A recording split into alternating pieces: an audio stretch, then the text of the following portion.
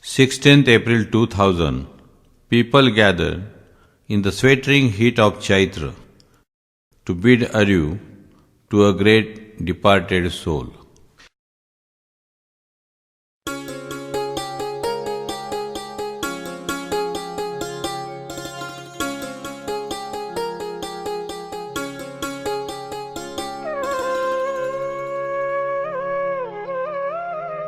I gaze intently at every photograph on display here at this hallowed site.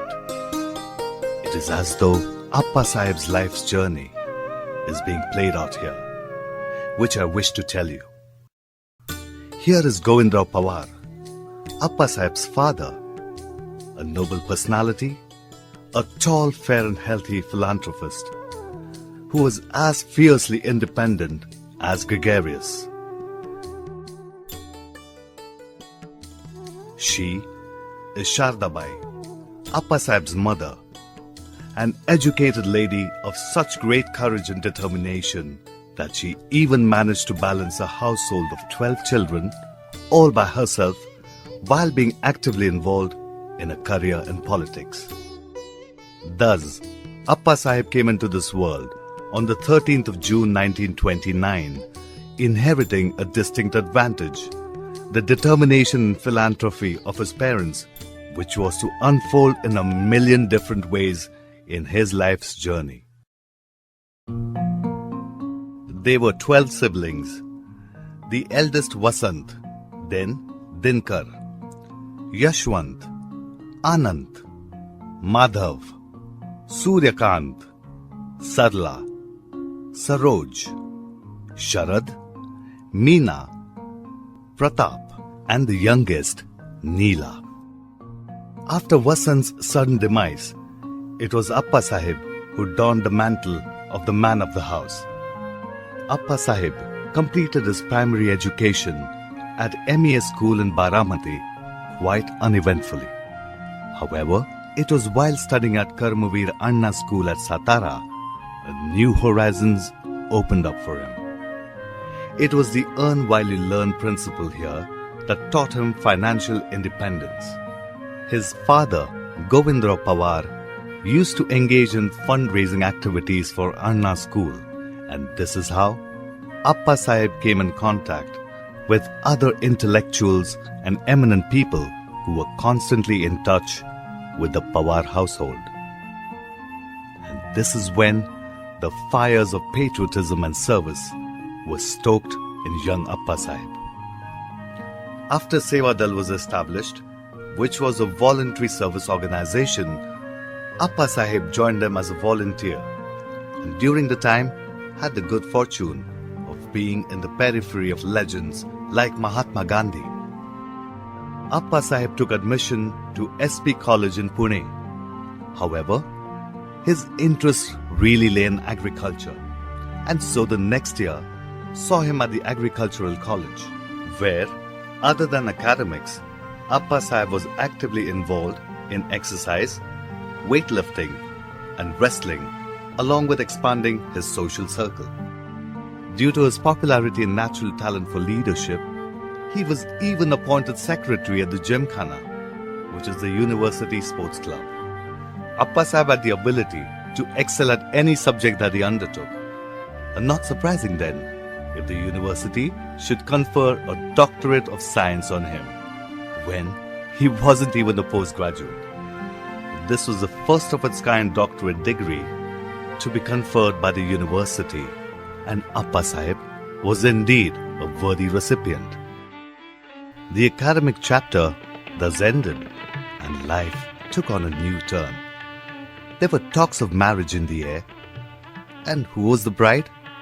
A girl from a family of great eminence, an affluent family from Belgaum, which was acknowledged even by the British.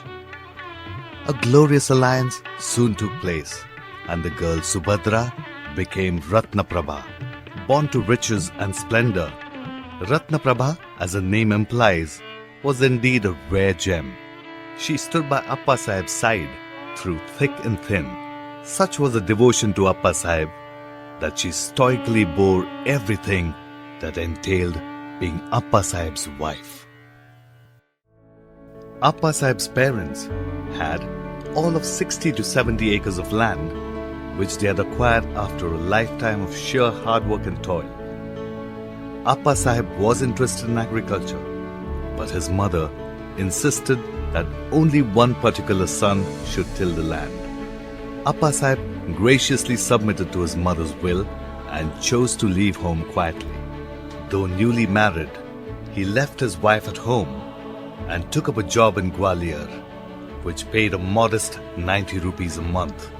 Appasaheb's new job soon found him thrashing his way through the deep jungles and thickets around Gwalior as a forest surveyor. One has to say that it all worked out for the best. Had he stayed home tilling land, then at best, Appasaheb would have been known as a progressive farmer, but would have never ever been able to prove his mettle to the world. Where any other person would have given up, Appasaheb persevered and prodded on, never ever giving up. Life indeed had great plans for Appasaheb. The cooperative movement was just gathering momentum. At the time, Mr. Dhananjay Rao Gadge and Mr. V.K. Patil had recently started a cooperative sugar factory, and they had even put out a recruitment advertisement, to which Appasaheb had promptly responded to, and was soon appointed agriculture officer. As this was the very first factory to be established on cooperative principles, it involved visits and interactions with authorities and many eminent personalities. Appasaheb's circle of influence was to expand immensely as he came in contact with these eminent political leaders. Appasaheb had the privilege of associating with people like Mr. Vasantdada Patil, Mr. Anna Sahib Shinde, and Mr. Mohite of Retre. Appasaheb had proved time and again through his actions that if a person has high ideals and is willing to work just as hard, there is no difficulty whatsoever which can't be overcome. Appasaheb's brother, the young Sharad Pawar, was staying with him at Praura Nagar for his education. At a very young age, he had organized a rally to support the Free Goa movement. Appasaheb was quick to realize the spark of a budding leader in his younger brother Sharad. A renowned landlord, Mr. Shembekar, and some farmers had come together to start a cooperative sugar factory in the Sansar area. But it was all in vain due to a lack of funds.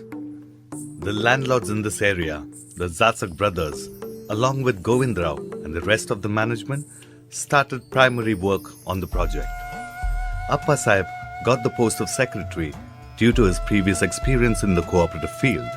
With the initial support from the Zatsak brothers and the local landlords, he was able to get this sugar factory up and running in just a span of 10 months.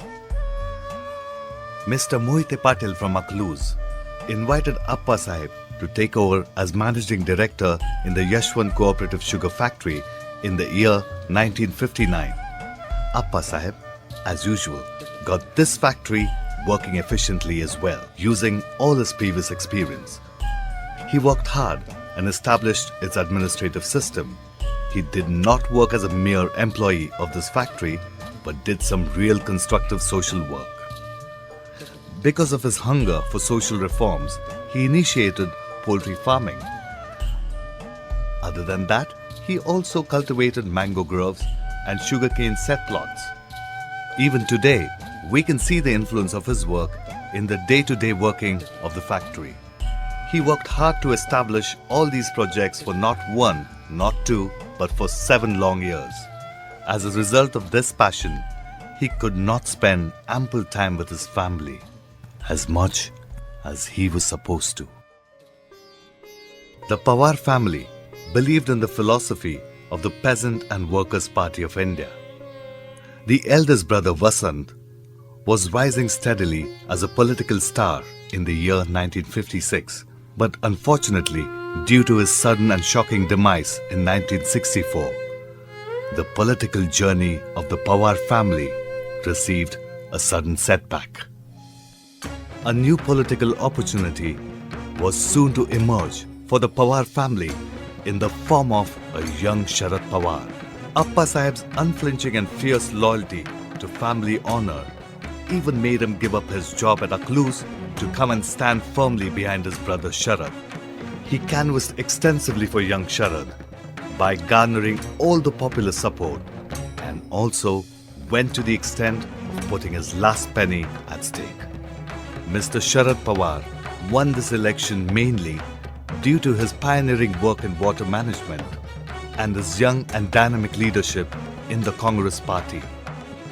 And once again, the political journey of the Pawar family took flight. The election was over, but family responsibilities required attention. So, what next? The sugar factory at Prauranagar was in crisis. Mr. V.K. Patil invited Appasaheb and asked him to shoulder the responsibility to the post of managing director. It was the same factory where Appasaheb had appeared for an interview, and now he was being honored as a managing director. It was only due to Appasaheb's prudent financial decisions and management skills that he was able to bring this factory to a good working condition. He also established a distillery at this factory. During his tenure with the Prauranagar sugar factory, he had the opportunity to visit Israel, which turned out to be the prelude to the agricultural revolution. He was there for a 3-month course. At that time, here was a man of 40, a father of 4, who worked just as hard as the students half his age. Here, he observed the use of advanced technology in agriculture in this desert land.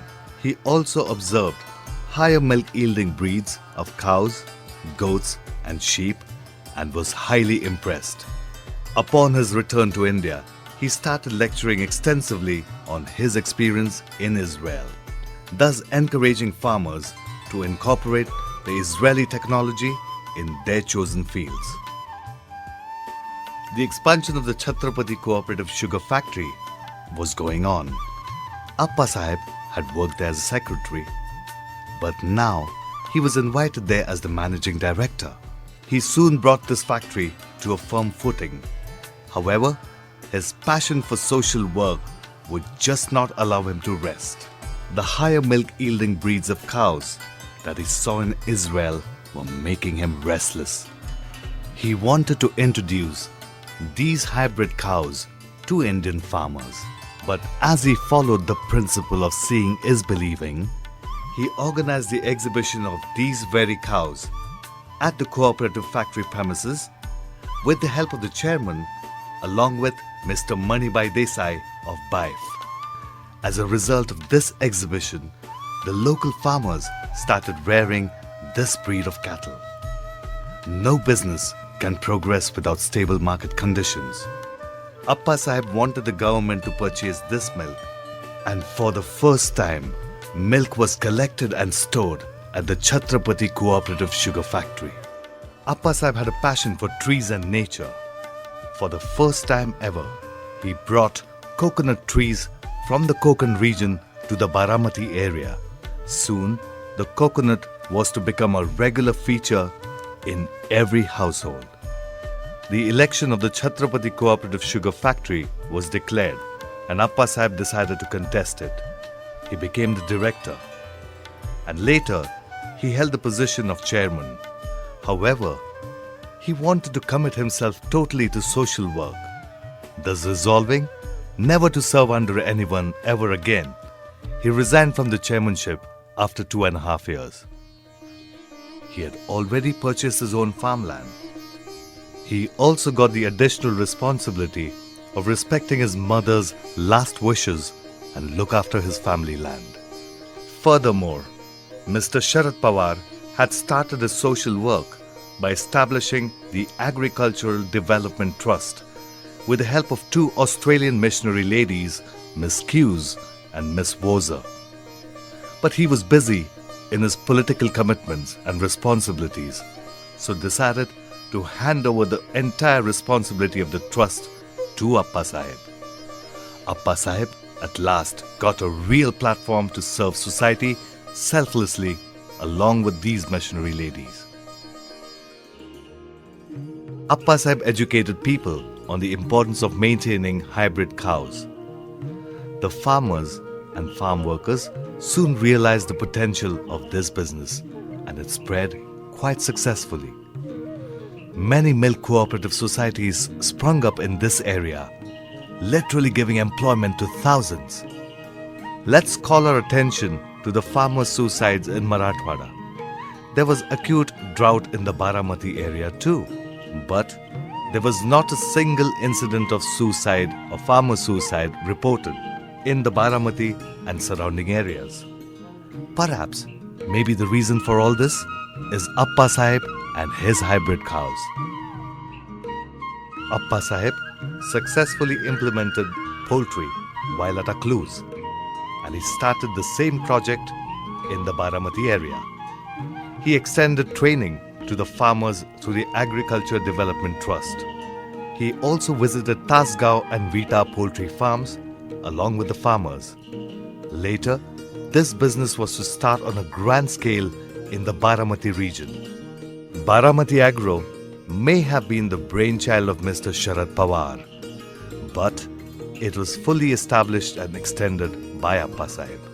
Today, this company has provided livelihood to thousands of families in drought-prone areas through contract farming. Appasaheb tried to increase the number and variety of orchards through the Agriculture Research Body in 1982. Due to this, orchards of bear, pomegranate and grapes increased substantially in the Baramati area.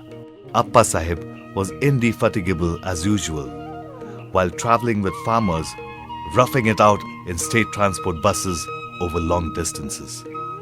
When Mr. Sharad Pawar became Chief Minister, he gave impetus to the scheme of nurturing orchards through the Rural Employment Guarantee Scheme. Fruits like banana and oranges were rarely seen in the market in those days. But all that has changed.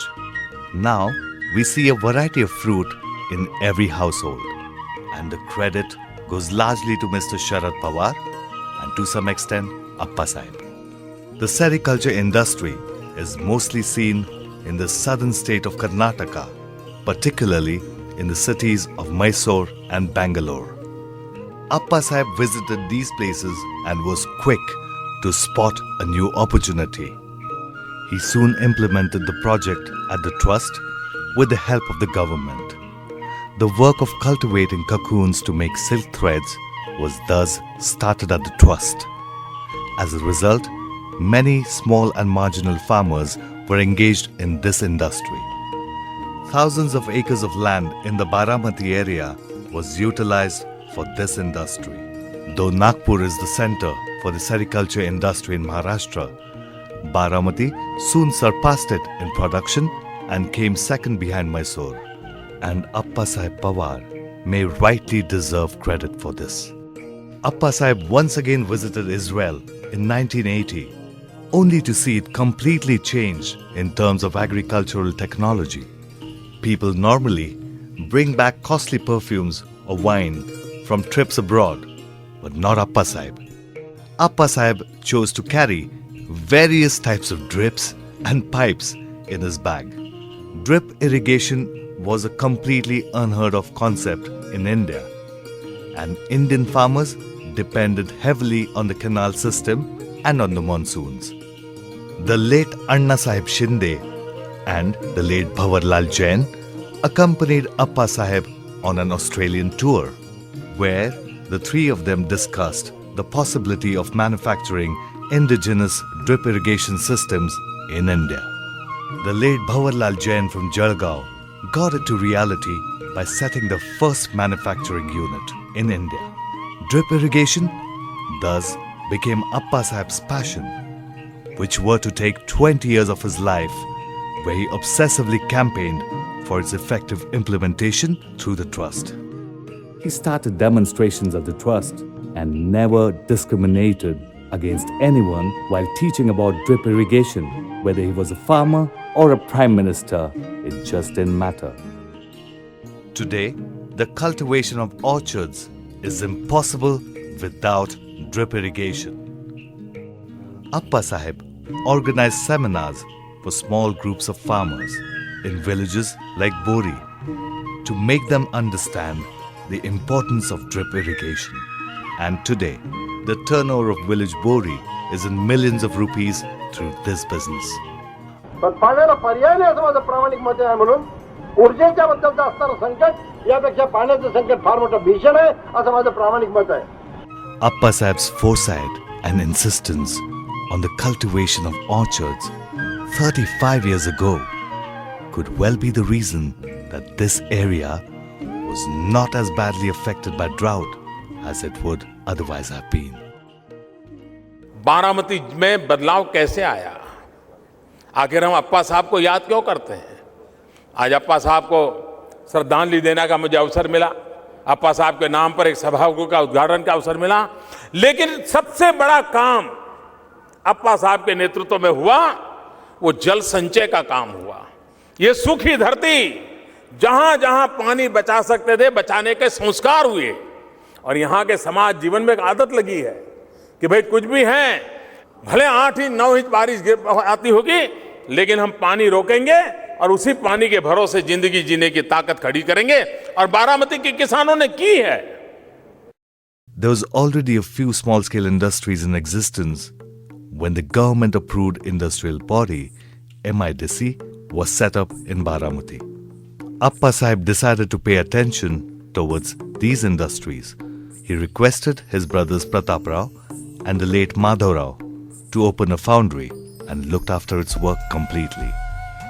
Mr. Sharad Pawar had started the Baramati grape industry in 1974 and Appasaheb intervened when this industry faced severe crisis. Banks denied loans to the grape industry, but Appasaheb did not once hesitate to mortgage his own property for the sake of this social endeavor. Later on, subsequently, it was Pratap Rao's astute marketing strategies that helped this industry stabilize.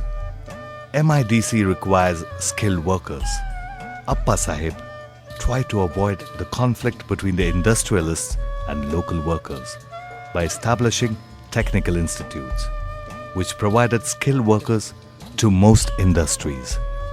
Appasaheb was also of the opinion that only companies from outside were not enough. The sons of the local folk should be the masters of their own destinies. So he supported some small industrialists to start their own business. He also motivated them by showing them the industries around Pune, Kolhapur, Sangli and Sinnar MIDCs.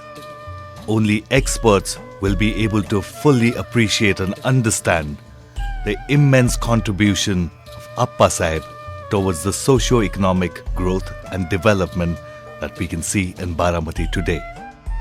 But to a common man, this fact remains largely unknown. Appasaheb also contributed in the establishment of cooperative textile industry and other cooperatives like milk, horticulture, housing and poultry. Mr. Sharad Pawar, Appasaheb and other siblings attribute their achievements only to their literate and educated mother, Shardabai. Keeping her as an inspiration, Mr. Sharad Pawar and Appasaheb realized the importance of women's education and established Sharda Nagar. Especially Appasaheb, who worked hard for the establishment of Sharda Nagar. Sharda Nagar was first started as an answer to the 3 most important questions every father from a rural background faced at the time. How to get my daughter educated? Where do I get her educated? And how do I guarantee her safety? As all educational institutes are concentrated only in the big cities far away from us. Appasaheb was always concerned about the safety and security of girls in hostels and for their education. Appasaheb was largely intolerant about any type of misbehavior, either by his girl students or towards them. He would even personally patrol the grounds and sometimes pay surprise visits to ensure that security measures were in place. Today, when we see and read news of violence towards girls, we are horrified. We now realize the importance of that decision of establishing Sharda Nagar about 25 years ago. Appasaheb did not like any religious pomp and show. He was of the firm belief that service to humanity is service to God, which is evident through his last wish, that his ashes be scattered at the foot of his favorite banyan tree. He had inherited his parents' inquisitive and rational mindset, so he had a completely scientific attitude and never believed in religious rituals. However, he took keen interest in traditional folk culture. He also attended religious programs, if only to maintain his relationship with society. He renewed the temple at Kanneri with the help of the members of the Pawar family and some other religious people from the society. Appasaheb was a voracious reader. He had a great passion for a good read. He visited many libraries and also enjoyed company of learned people. His own library was full of different varieties of books, as he read books on various subjects whenever he had the time. The pseudo-intellectual generally concentrates on and can wax eloquent about one topic at the most. But here was an intellectual giant who could study a subject through and through, study it from different perspectives, and even articulately share those with his audiences. He could speak extensively at length on any subject, ranging from the uniqueness of historical characters like his favorite Shivaji, Ahilya Devi, Mahatma Phule, and Savarkar. तो मराठी माणसांनी घडवला आणि त्याचा नाव शिवाजी शिवाजी शिवाजी होता.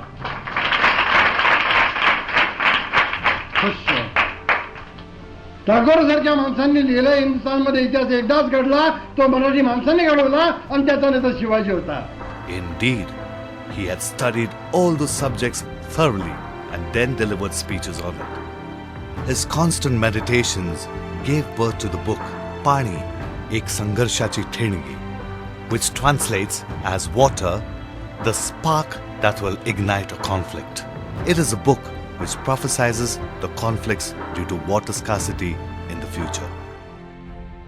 Throughout his life, Appasaheb was conferred with many prestigious awards, such as the Krushi Bhushan Award at the hands of the Governor of Maharashtra, the Padma Shri, which is the third highest civilian award given by the Indian government, Krushi Ratna conferred by the Punjab Rao Krushi Vidyapit Akola, Doctor of Science conferred by Mahatma Phule Krishi Vidyapit Rahuri, Doctor of Letters conferred by the University of Pune, and last but not least, the Jamnalal Bajaj Award at the hands of the Governor. Many great and famous personalities visited the trust due to Mr. Sharad Pawar, but they all had to follow the rules laid down by Appasaheb. Appasaheb never ever misused or abused the trust placed in him by society for personal gain. He steadfastly stuck to this belief until his last breath. What better way to describe the man that was Appasaheb than compare him to a coconut, a tough exterior with a soft, mellow and sweet core. He could well have been a very successful public figure and even greatly benefited from it as well, had he not stepped back and made way for the next generation of the family. He realized very late in life that he should have spent some quality time with his family, but he ran out of time. As a witness to Appasaheb's work, his younger brother Sharad built the Appasaheb Auditorium in memory of his elder brother to motivate the next generation. The trust, with its management, co-workers and staff members, has been working only on inspiration given by Appasaheb.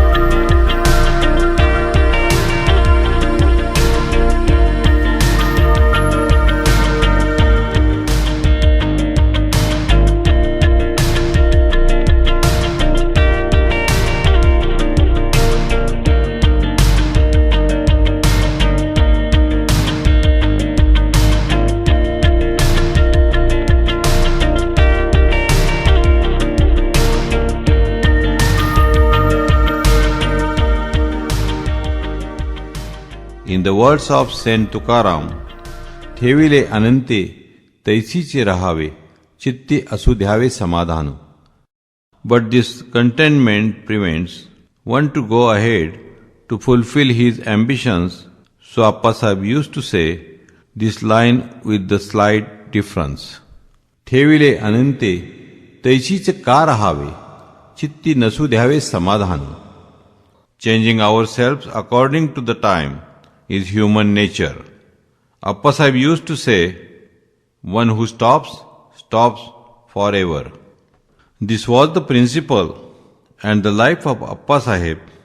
His journey and his principles will continue to inspire generations forever. Charati charato bhagaha